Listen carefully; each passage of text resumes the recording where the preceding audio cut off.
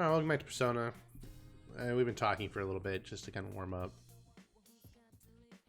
Yep, and now we're completely out of things to talk about, so Yeah. enjoy the silence for the next 30 minutes. I mean, yeah. I mean, most of it was just me bitching about stuff in real life. The only things in which to complain about. Yeah. Wait, did he just say we've decided to... Who are we What? dedicating it to?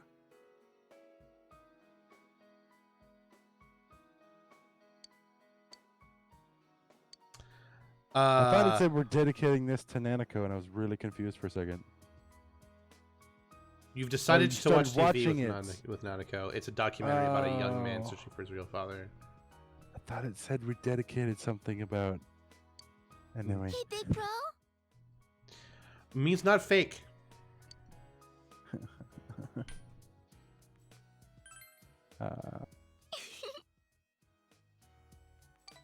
Lies. We're actually... So what are we? We're cousins? Yes. Okay. Dojima is your uncle. Okay, so she's my cousin. That's fine. We just gotta move to Alabama. Maybe I'm not real. Because I'm not his real daughter. Yes.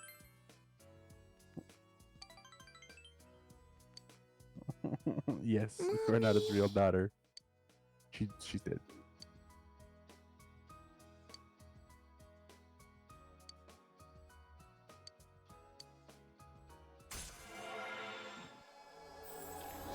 Do we feel like we understand her more by basically not understanding them more? Is that supposed to be the design of the game? It's like, here's a basic character. Here are her likes and wait. Here are her like interests and disinterests. Like, cool. That's all I need to know about this person. And they're like, actually, plot twist this, but now we're not gonna explain it. Plot twist this also, but now we're not gonna explain it. Plot twist this too, and it's like, but how am I understanding more? I mean, most stuff gets explained. We're only in July. We have so to it's like a really simplistic game that unnecessarily weaves a complex web so then it can then solve its own web later on in the game. That's called telling a story, yes. Why? Because that's how a story is told, typically. Oh. You must first ask questions before you provide an answer. That's really the basics of storytelling. Actually, you brought up a good point. I could talk about this for a little while. So, how to tell a proper story. Well, first, you must give your audience a question, right? They must want to know the answer to something, right? And then you must answer that question. Yeah. And that's how you tell a story. Okay. It's really that simple. Now, if you want to do something like write a book or design a D&D campaign or something along those lines, right? You got to do that essentially a whole bunch. You have to ask a lot of questions and then provide a lot of answers. And it's really not super important that your audience doesn't see the answer coming, right?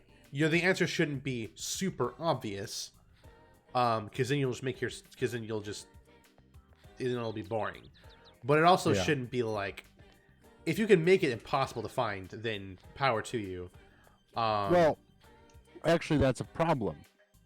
Because you want people to actively try and figure it out to feel accomplished when they get it right. True. But if you can manage to keep them guessing until the very end, then that's also a good thing. But if they figure it out, what you're going for. Yeah, but if they figure it out, then that's also fine. Something people just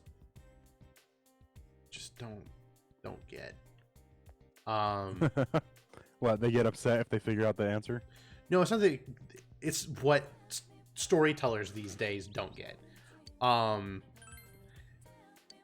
Like, movies these days are god awful. Like, so many of them, because they think they need to surprise, like, their audience, which is how you get fucking dumpster fires like the Star Wars. Yeah, the new Star Wars trilogy. That's a really good one.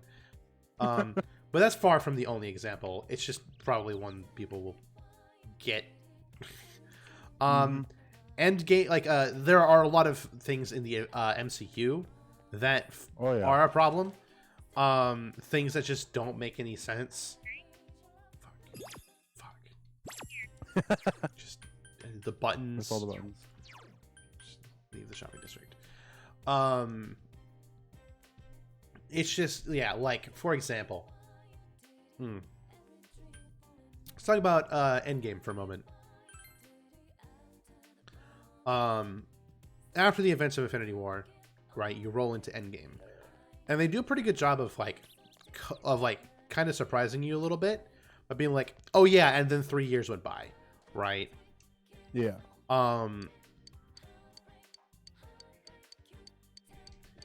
It's... Okay, I should push this into the stairs. They do a really good job of being like, oh, I didn't really see that coming. So... Like, now what? Right? And then they set up a bunch of stuff. But they don't do a good job of, like, resolving things from, like, other movies. Okay. Fucking... Huh? Check the push the stairs. That's something else. There we go. Just for example, right? At the very end of Endgame, there's a scene where, like, spoilers. Oh my god.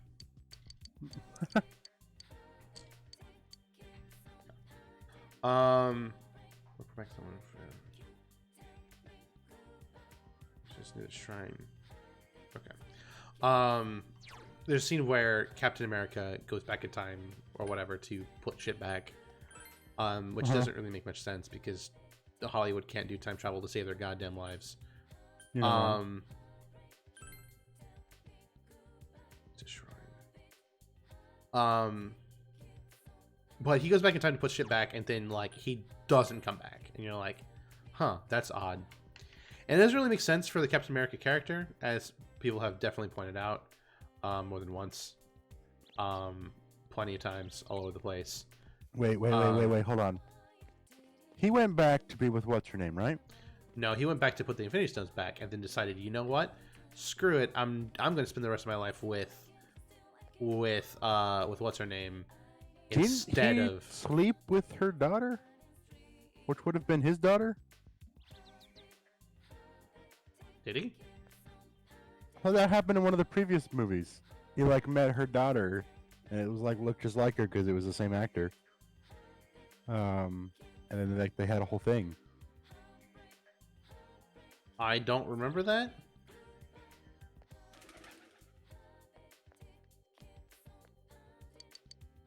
Hold on. Did that happen? Anyway, it doesn't make sense for the Captain America character, right? Because not only had he already come to terms with the fact that he was that was like he wasn't going to get what he wanted, but he has like an overwhelming sense of duty to America and people, just like in general.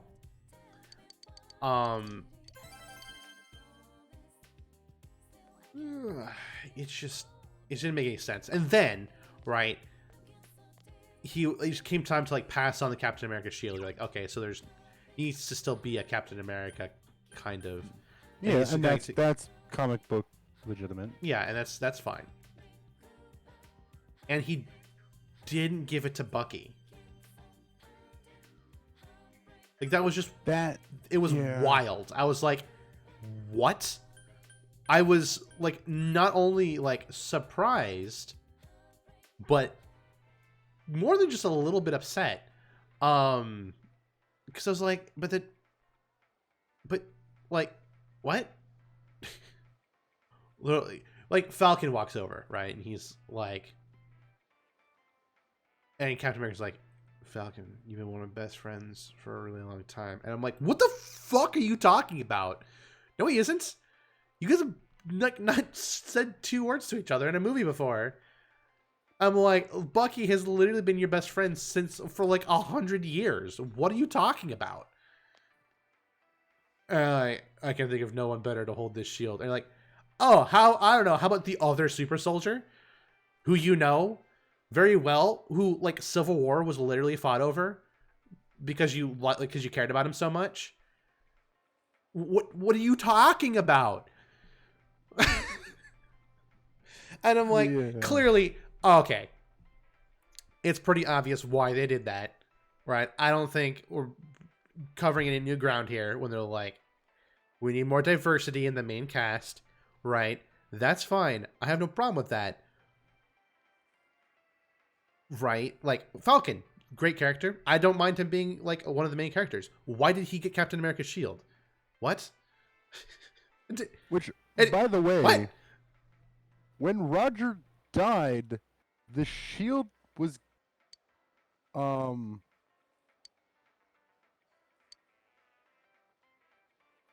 offered to Hawkeye, who declined it, and then it was actually given to Bucky, who became the new Captain America. So they got that so many levels of messed up.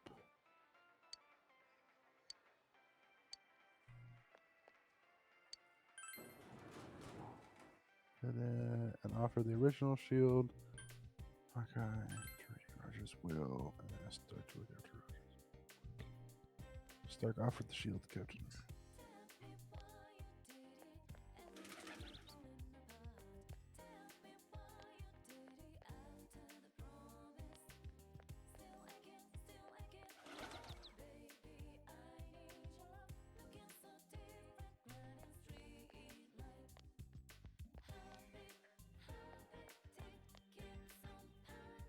Yeah.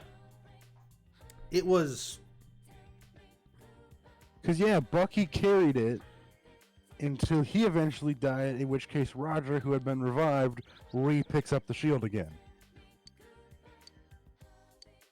So whatever that black guy with the wingsuit, which, by the way, one of the dumbest characters in the show, never once held the shield. It was... I was just like, I couldn't believe it. Yeah. I'm also, like, I was so confused. Going into like the next phase of Marvel movies, I can't begin to imagine what. I mean, just what, right? Like, huh? Okay, so they're like, okay, they want to get the old actors out, they want to get new actors in. That makes sense. Some of them want to be done, some of them don't want to be done. It's, you know, it's whatever. But like they want like new talent, like, you know, the Tom Hollands or whatever, and plus it's cheaper. I mean, I get it, right? Makes sense. I don't have a problem with it. Just like, okay, we're gonna replace Captain America, we're gonna replace Iron Man. Okay. Like, I'm not. It just confuses me. Like, who? Okay, just the whole situation is really confusing because, like, okay, we need to replace. Okay, now, all right, we got like, you know, like we've got a black guy to take Captain America's shield. Cool. Now, like, yeah, I mean, you could have, like, who's going to take Iron Man's spot? It's supposed to be Spider-Man, isn't it? But they can't. They don't own Spider-Man. They still don't. Like, they can't make Spider-Man movies. So I'm like, okay, is it War Machine? That would be fine. That would make sense. That would make sense. I would like that. War Machine's a decent character. He's kind of, you know, he's kind of straight-laced.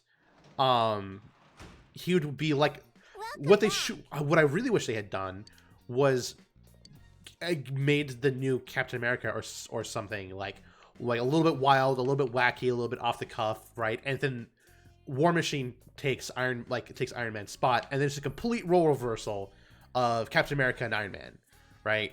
Where Tony Stark kind of brushes everything off and doesn't really care, and he's kind of more of a jokey character. He's got a lot of sass on him, and Captain America's like super straight laced, right? It would have been a great role reversal, but now they've made Falcon the new Captain America. It's like, okay, well, I mean, Falcon didn't really have that much of a character like already. He barely had any screen time. He doesn't really have a personality all that much. But what we have seen, he's just kind of like a guy, right? Yeah. So like he's not the most interesting. So you're like, okay, so at least he somewhat takes up like Captain America's like sort of role of being like a straight guy, right? Like the straight man. So then who becomes Tony Stark, right? You're like, Spider-Man would be a good one. Spider-Man's, you know, suitably sarcastic and doesn't really care that much about stuff. That would make sense. I mean, they might actively be trying to get him, because I know, and this made me so happy when I found this out. I don't know if you've noticed this yet, but they have released information on the second Doctor Strange. Yes. Yeah, no, I have seen that. And I can't wait for that. Doctor Strange is fucking awesome. Some of the actors. Yes. Oh yeah, I've seen the acting list. Yep. Trust me, I'm aware. Yes. I'm so happy. I think for the return of all the greats. After the success of Into the Spider-Verse, they were like, "Hey, what if we actually did that though?" Oh yeah. Is what it feels like. I do believe they're also planning on making a second Spider-Verse animated one, which I'm also excited about because I like multiverse ones. Spider-Verse was one of my favorite movies of like in recent memory. It was really good. I enjoyed it a lot. I thought the main character was fucking awesome. Like Miles Morales is one of my favorite protagonists in some time. The concept was weird, and fun. Like I think my favorite part of the movie might just be Spider-Man Noir, because it's just so weird. You're like, it was just so strange. Oh yeah, but like it was great. Everything about because Miles Morales went through the Spider-Man origin without doing the Spider-Man origin. Yeah, it was new and interesting, and it was really cool. And like the twist of like who the bad guy was very well done. It was really good. It was one of the it was a very, very good. I enjoyed that movie. I mean, more than most of the recent like actual MCU movies. Doctor Strange might be like the only exception, because like Doctor Strange was just so good. But like after like Iron Man 1, Captain America 1, Guardians of the Galaxy 1, it was kind of hard to like follow those movies up. So we got like the following Spider-Man movies, the following Iron Man movies. Some of them were okay, some of them were not. I liked Civil War. That was really good. Age of Ultron was pretty good. If a little, it felt a little like out there, like just a little bit, but not that bad. I was like, all right, that was pretty good. I liked it a lot, despite a couple of problems I could see.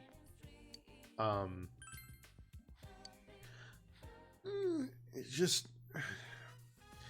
and then like Endgame, or like Infinity War and Endgame came around, and I still enjoyed them quite a lot, but there were some big complaints I had about them, just in general. Just the way they chose to go about doing a few things. And I think I probably just shouldn't say anything about Captain Marvel, because I can't stand her. You're not wrong. It's a terribly made character. And here's the thing, right? Not only is it like, okay, well, maybe it's just Brie Larson, right? Because it's not the most well-hidden fact that Brie Larson is not the most well-liked of people. definitely not the most even-tempered or easy to get along with. But I know a good number of people in the comic book space, people who have read comic books their whole lives, are 5 to 35 years old, who know a lot about comic books, and when talking about the MCU, right, they have very informed opinions.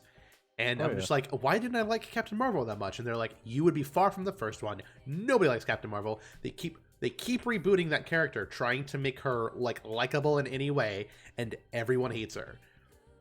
There are very few people who like the Captain Marvel comics because she sucks. I mean, they tried to it felt like the way, at least in the movies, they tried to make her have an attitude of that Iron Man, except she doesn't have a reason to act like that outside of just being an asshole, for lack of a better term. Tony Stark has a reason to be kind of cocky and nonchalant about a lot of things because, all that stuff. And then she just kind of acts the same way, but she's literally a nobody. And it's just like, what? See, here's the thing, right? They actually wrote a really good character. They made an incredible villain, but they keep trying to pass her off as a hero. Some of the better comics with Captain Marvel in them, from what I'm told, involve her being the villain. They make her the bad guy, or at least something approaching the bad guy, right? Apparently, there was they're trying too hard to make her relatable. She's Superman. Superman doesn't have man problems. Superman has Superman problems. That's why you watch Superman, right? But she's Superman, and they're like, no. But she's quirky and relatable, and you're like, no, she isn't. She can blast planets with her mind. What are you talking about? Mm-hmm. I think they also play way too into the whole at least in the movie, the original movie of her, where she's supposed to have this inner conflict of her being brainwashed to be a Kree, and then the Kree are actually evil, and it's why is that such a struggle? Because she was only she basically was only a Kree for a year and stuff like that. It's not like she had this whole life or anything.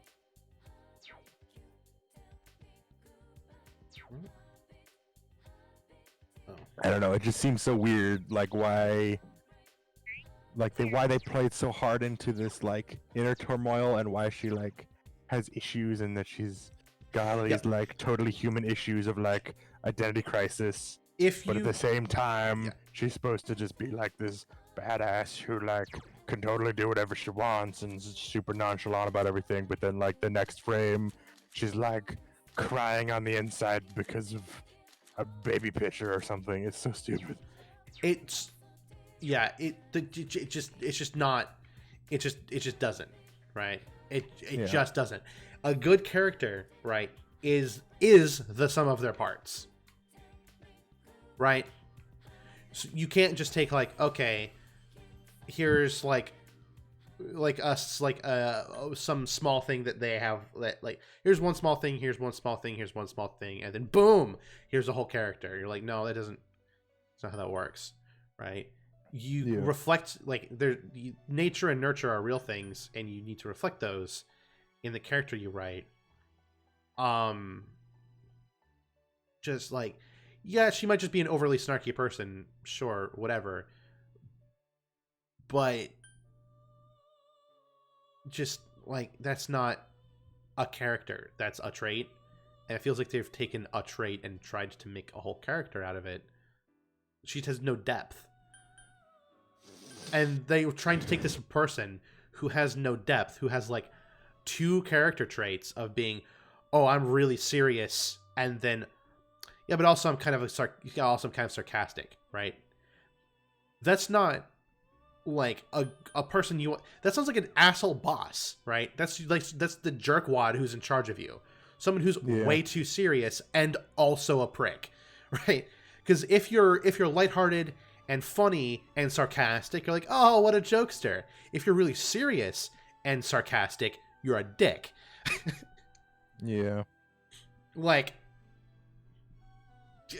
And she's a dick. That's just all there is. But I have to say that I enjoyed the movie for the sole fact that Samuel L. Jackson had a lot of screen time. Yeah, but they made him a pussy. I mean, to some degree. I still liked his character though. I don't know. I didn't watch Captain Marvel. Okay. I watched the movies with Captain Marvel, and I went, why don't I like that character? And then I like read some transcripts and like heard some reviews, and I watched some clips. And I went, oh yeah, okay. A good thing I didn't waste my time with that movie because it looked like shit. Where's that? But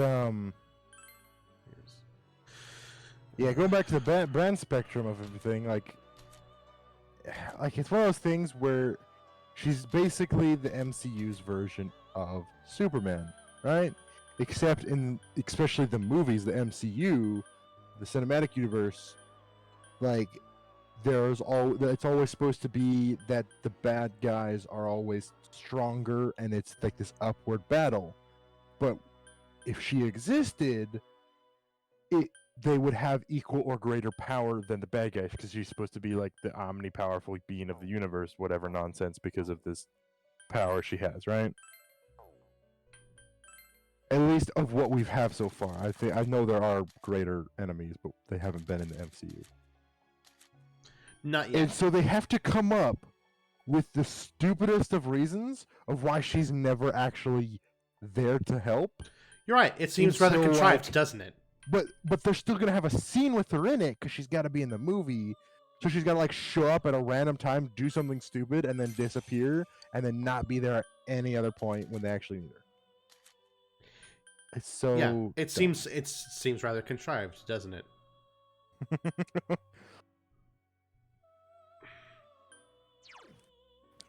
But I do feel like, and I don't know, some people who may know more about comic books than I do might have different opinions. But from my knowledge of it and from people I've talked to, like, the Civil War was so poorly represented in the MCU. Oh, yeah.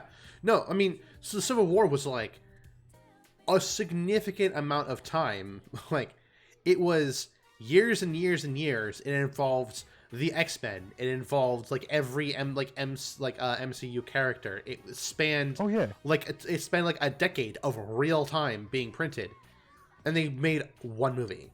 That was not enough time to encompass nearly enough. Equivalent about 2 to 3 times larger than the Infinity Wars in the comics. There were twice as many heroes in it and twice as many deaths. Yeah, no, it was a big deal, like in the comic books. Like the Civil War was one of the apex like wars at the time. Like it overshot Infinity War by quite a step. Yeah, it did. Like Infinity War was like, oh yeah, it's Thanos, right? And so they fought Thanos. Like Civil War was like, it was exactly what it sounded like. It was a civil war. Yeah, it was a massive deal. And it wasn't like, and it bothered me so much. There's 2 reasons. One, the entire movie was the political side of it, which, okay, you want to like build some character and like try and like tense up the situation, right? But they didn't even have a second movie of like it all going down. It was the most coolest yet crappiest fight scene at the end of the movie, and then that was it. And then, yeah, like, I love it, because someone took, I remember when it came out, there was, like, picture comparisons, right? You have that airport battle of, like, 5 against 5, right? And then they took, like, a card from one of the comics of, like, the 200 versus 200, like, wars that went on. They're like, that accurately represents how the Civil War went down. Yeah, it's like, if someone tried to make a movie about the American Civil War, and we're like, yeah, so there was this fight called Gettysburg, like the Battle of Gettysburg. And you're like, it involved 10 people exactly, and that was it. And you're like, okay, and then it just portrayed the fight of the battle over Gettysburg, and you're like, okay, That was a good movie, right? But it didn't really feel like a civil war. It felt more like a battle, which is Yeah. fine. But you should called it the Battle of Gettysburg, not the American Civil War, right? Yeah. It just And yeah, it was such a. and I mean I get it. They needed to sum up a lot of things into one movie. It was a fine movie. You can't um Thank- you can't like expect one movie to sum up an entire like mega arc of the comic books. You just can't. Yeah. It's kind of like how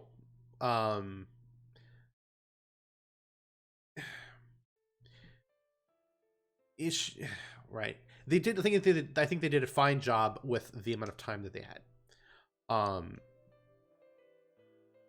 Yeah, it's just like they should, it's kind of like translating stories from one medium to another is already nigh impossible, right?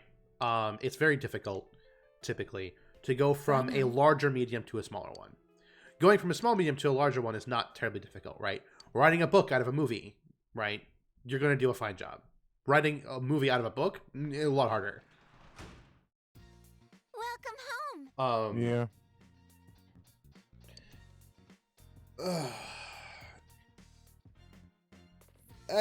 Honestly, yeah, just like, what I was really hoping for going into Endgame. I was really hoping, even though I knew it was somewhat unrealistic, that they were actually going to follow the comic books a little bit. Because like if they were following comic books, who really should have used the Infinity Gauntlet? What would have been completely unexpected, even from the people who knew the comic books, which would have made a lot of sense and would have wrapped up a huge storyline and like been a moment of incredible character growth. If you're following comic books, who should have used the Infinity Gauntlet? Nebula. Oh. Yeah. Ain't that something?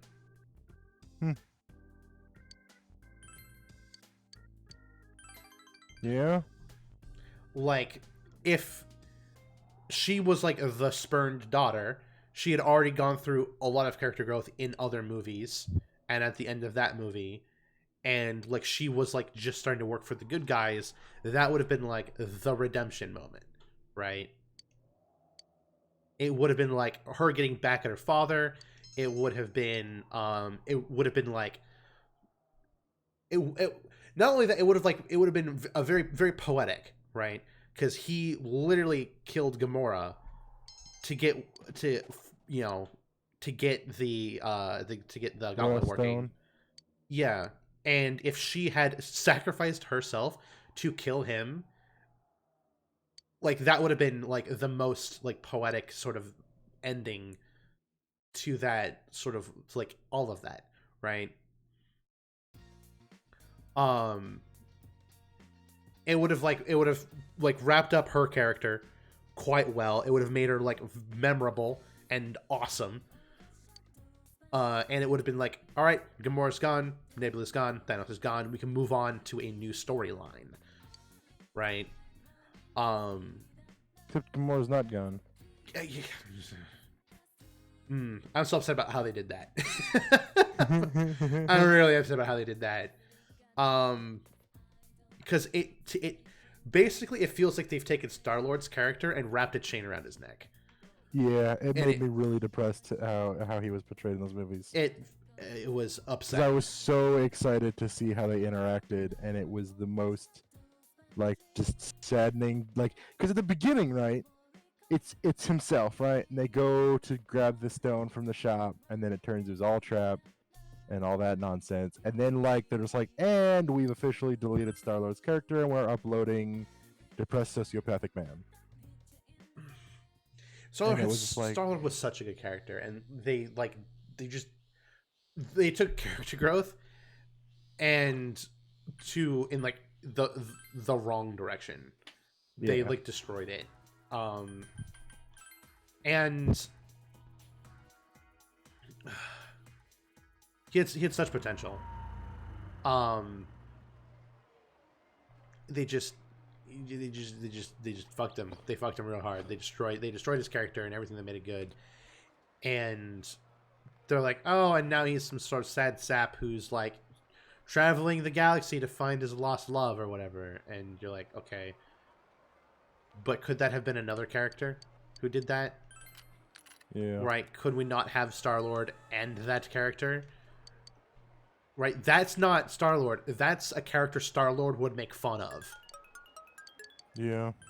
And that's what upsets me the most is when they turn a character into a character that character should hate if they were separate characters. Because people change. I get that. But they should have understanding and sympathy for who they were, and they don't change that much, right? I have become the very thing I sought to destroy. Well, even that's not like necessarily the thing, because even if a character has a massive amount of character growth, and they switch sides and they change their demeanor entirely, right? They're still not someone that they should hate. Or that they would have hated. Yeah, right? I mean, because Nebula is a good example of that. Yeah, she like when her past self shows up and is like, she's like, oh, I'm evil, right? Current Nebula is like, well, that's she's here. Sorry, like she didn't hate her, and even old Nebula didn't hate new one. She just didn't get it. But she's like, all right, we're enemies. I understand how that works. Clearly something's happened, but that hasn't happened to me, so like screw you, I'm still gonna fight you, right? They didn't hate each other. So she had good character growth. I think she could have ended with a slightly, they could have wrapped up that character, but they didn't. Yeah. For some reason, it just I don't know. I like the writing in the MCU has gotten to the point where I just don't get it. Not plot-wise. The plot makes sense. The plot's fine. Ain't nothing wrong with the plot. It's the characters that don't make sense anymore.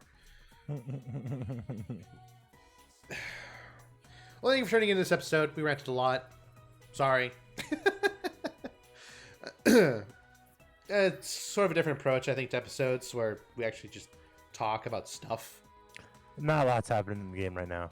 We're just kind of working towards the next event. We actually kind of have done a bit. We did some investigating. We found a picture of the guy we're looking for, as well as a name. Wow, I missed all of this. Yeah, I left it up on screen for a little bit. My bad. Yeah, we found out that someone who went to his school, someone from a different school, was like working somewhere. So we went to that place, and then we found out what he looked like. Then we tracked him down and said, "Hey, do you go to like a school that's not the one we go to?" And he's like, "Yeah." We're like, "Okay, cool. Can we look at your yearbook?" And he's like, "Sure, I guess." So we take a look at his yearbook and we find a picture of the guy that we're looking for, as well as a name. Because all we've seen so far is his face on TV. We found that out from Adachi in Junez when we blackmailed him. Yeah, and that I remember seeing that picture of the guy on the screen. Yeah, that was him. I didn't catch the name though. Okay, I got you. I see where you're going, or where we were at. Yeah, so we've just been wandering around, spending our summer break investigating, as you do as a kid. Typical high school experience. Just try and track down a serial killer and don't worry about it. Anyway, yeah. Tune in next time. Well, more stuff will happen.